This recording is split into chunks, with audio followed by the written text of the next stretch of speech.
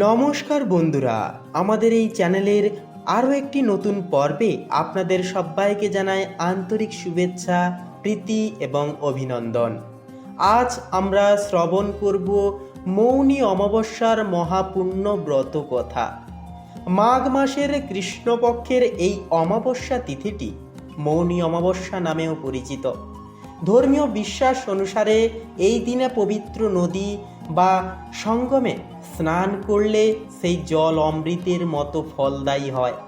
এই স্নানের প্রভাবে সমস্ত পাপ বিনাশ হয় এবং মোক্ষ লাভ হয়। বিশেষত এই তিথিতে দেবতারা স্বয়ং পবিত্র সঙ্গমে অবস্থান করেন বলে মানা হয়। তাই এই দিনে গঙ্গা স্নানের গুরুত্ব অপরিসীম। বিশ্বাস করা হয় যে মৌনী অমাবস্যার দিন দান পুণ্য করলে জীবনের সব ক্ষেত্রে শুভ ফল লাভ হয়। এই দিনে ভগবান শ্রী হরি বিষ্ণু এবং অসুস্থ বৃক্ষের পুজো করা হয়। তো আসুন এবার আমরা প্রবেশ করি মৌনী অমাবস্যার সেই পৌরাণিক এবং শিক্ষণীয় কাহিনীতে। পৌরাণিক কাহিনী অনুসারে প্রাচীনকালে কাঞ্চিপুরম নামক স্থানে দেবস্বামী নামে এক ব্রাহ্মণ বাস করতেন। তার ধর্মপরায়ণ স্ত্রীর নাম ছিল ধনবতী। তাদের পরিবারে ছিল 7 পুত্র এবং এক গুণবতী কন্যা। ব্রাহ্মণ সযত্নে তার 7 পুত্রের বিবাহ সম্পন্ন করলেন এবং এবার জ্যৈষ্ঠ পুত্রকে কন্যা গুণবতীর জন্য যোগ্য পাত্রের সন্ধানে পাঠালেন। কন্যা গুণবতীকে বিবাহ দেওয়ার পূর্বে যখন ব্রাহ্মণ পুত্র একজন পণ্ডিতের সঙ্গে পরামর্শ করলেন, তখন পণ্ডিত তার জন্মকুণ্ডলী দেখে জানালেন যে গুণবতীর ভাগ্যে সপ্তপদী সম্পূর্ণ হওয়ার সঙ্গে সঙ্গেই বৈধব্যের যোগ রয়েছে। এই ভয়ঙ্কর ভবিষ্যদ্বাণী শুনে ব্রাহ্মণ অত্যন্ত চিন্তিত হলেন এবং সেই বৈধব্য দোষ দূর করবার উপায় জানতে চাইলেন। পণ্ডিত তখন বললেন যে এই দোষের একমাত্র নিবারণ করতে পারেন সোমা নামের এক নারী। সোমা হলেন একজন ধোবিন এবং তিনি সুদূর সিংহদ্বীপে বাস করেন। পণ্ডিত পরামর্শ দিলেন যে আগে সোমাকে প্রসন্ন করে গুণবতীর বিবাহের পূর্বেই তাকে এখানে নিয়ে আসতে হবে। পণ্ডিতের নির্দেশ মতো ব্রাহ্মণ পুত্র তার বোন গুণবতীকে সঙ্গে নিয়ে সিংহদ্বীপ যাত্রার উদ্দেশ্যে সাগর তীরে রওনা হলেন। সাগর পার হওয়ার চিন্তায় ব্যাকুল হয়ে দুজন একটি বিশাল বৃক্ষের ছায়ায় বসে বিশ্রাম নিতে লাগলেন।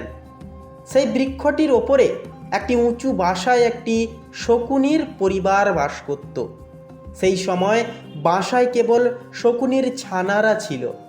দিনের আলো কমে এলে ভাই বোন দুজনই শকুনির ছানাদের কার্যকলাপ মনোযোগ দিয়ে দেখতে লাগলেন। সন্ধ্যা নামতেই শকুনি মাতা তাদের জন্য খাদ্য নিয়ে উপস্থিত হলেন বাসায়। কিন্তু ছানারা খাবার না খেয়ে তাদের মাকে বলল, মা, গাছের নিচে এই 2 প্রাণী সকাল থেকে জল ও খাদ্য ত্যাগ করে বসে আছে।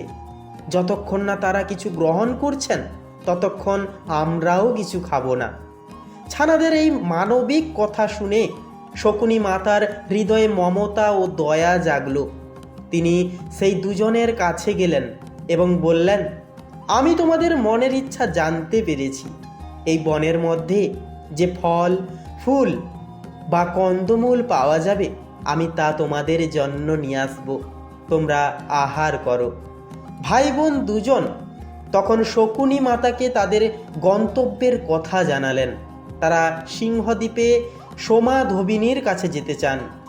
শকুনি মাতা আশ্বাস দিয়ে বললেন, আমি ভোরবেলা তোমাদের সাগর পার করিয়ে সিংহদ্বীপে সোমা ধোবিনীর কাছে নিরাপদে পৌঁছে দেব।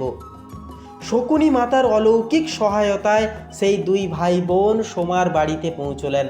অবশেষে সেখানে তারা দুজন প্রতিদিন প্রত্যুষে উঠে সোমার ঘর ঝাড়ু দিতেন এবং গোবর মিশ্রিত মাটি দিয়ে লেপে তথা প্রলেপ দিয়ে পরিষ্কার পরিচ্ছন্ন করে রাখতেন। একদিন সোমা তার পুত্রবধূদের বললেন, আমাদের ঘর কে রোজ ঝাড়ু দেয় আর কেই বা তা লেপে পৌঁছে রাখে, এমন কাজ তো তোমরা করো না। শাশুড়ির এই জিজ্ঞাসা শুনে পুত্রবধূরা তাচ্ছিল্যের সঙ্গে উত্তর দিল, আমরা ছাড়া আর কে করবে? এই কাজ করার জন্য বাইরে থেকে কে আসবে? কিন্তু সোমা তার পুত্রবধূদের স্বভাব সম্পর্কে আগে থেকেই অবগত ছিলেন। তিনি তাদের কথায় বিশ্বাস করলেন না। এই রহস্য উন্মোচনের জন্য তিনি একদিন সারা রাত জেগে রইলেন এবং জেগে থেকে সব কিছুই নিজের চোখে দেখলেন। তিনি জানতে পারলেন যে এই কাজ আর কেউ নয়, সেই ভাই বোন দুজন মিলে করেছে। এই সময় সোমা সেই ভাই বোনদের সঙ্গে কথা বললেন। তিনি তাদের এমন সেবার কারণ জিজ্ঞাসা করলেন। ভাই তখন সোমাকে তার বোনের বৈধব্য দোষের সমস্ত কথা খুলে জানালেন। সোমা সেই দুই ভাই বোনের নৈপুণ্য শ্রম এবং নিঃস্বার্থ সেবায় অত্যন্তই সন্তুষ্ট হলেন। তিনি তাদের উপযুক্ত সময়ে কাঞ্চিপুরমে পৌঁছানোর বচন দিলেন তথা প্রতিজ্ঞা দিলেন এবং বললেন, আমি অবশ্যই তোমার কন্যার বৈধব্য দোষের নিবারণ করব। তবে ভাই তাকে নিজের সঙ্গে নিয়ে যাওয়ার জন্য অনুরোধ করলেন। অনুরোধ করার পর সোমা তাদের সঙ্গে যেতে রাজি হলেন। যাওয়ার সময় সোমা তার পুত্রবধূদের একটি বিশেষ নির্দেশ দিয়ে গেলেন, যদি আমার অনুপস্থিতিতে কারো মৃত্যু হয়ে যায় তবে তার শরীর নষ্ট করবে না, আমার ফিরে আসার জন্য অপেক্ষা করবে। এরপর সোমা সেই দুই ভাই বোনের সঙ্গে কাঞ্চিপুর নগরীতে পৌঁছলেন।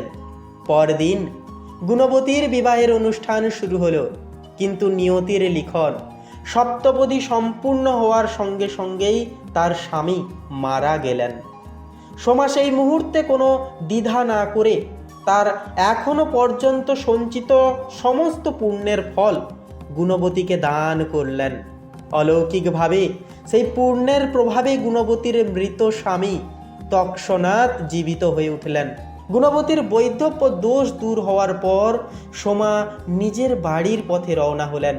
ওদিকে গুণবতীকে পুণ্যের ফল দান করার কারণে সোমার নিজের পুত্র, জামাই এবং স্বামীর মৃত্যু ঘটল। সোমা তখন বিচলিত হলেন না। তিনি নিজের পরিবারের মৃত সদস্যদের পুণ্যের মাধ্যমে পুনর্জীবিত করার সংকল্প নিলেন। পথে তিনি একটি অসুস্থ বৃক্ষের ছায়ায় ভগবান শ্রীহরির বিষ্ণুর পুজো করলেন, আরাধনা করলেন এবং সেই গাছের 108টি পরিক্রমা করলেন। 108 বার পরিক্রমা করার পরে তার এই মৌনী ভক্তি এবং পূজার ফলস্বরূপ তার পরিবারের মৃত্যু প্রাপ্য সমস্ত সদস্য জীবিত হয়ে উঠল। এই ছিল মৌনী অমাবস্যার দিনে সোমার মহৎ ত্যাগের কথা। এই ব্রতকথা আমাদের শেখায় যে নিঃস্বার্থ সেবা, পবিত্রতা এবং ত্যাগের শক্তি কতটা অলৌকিক হতে পারে। মৌনী অমাবস্যা তিথিতে পূর্ণ সঞ্চয় এবং দান করলে রীতিমতো তা বহুগুণ ফল দেয় এবং সমস্ত সংকট দূর করে। তো বন্ধুরা, আপনাকে এই কাহিনী কেমন লাগলো কমেন্ট করে অবশ্যই জানাবেন। সাথে আমাদের এই চ্যানেলটিকে সাবস্ক্রাইব করতে ভুলবেন না। আপনারা ভালো থাকুন, সুস্থ থাকুন, সতর্ক থাকুন।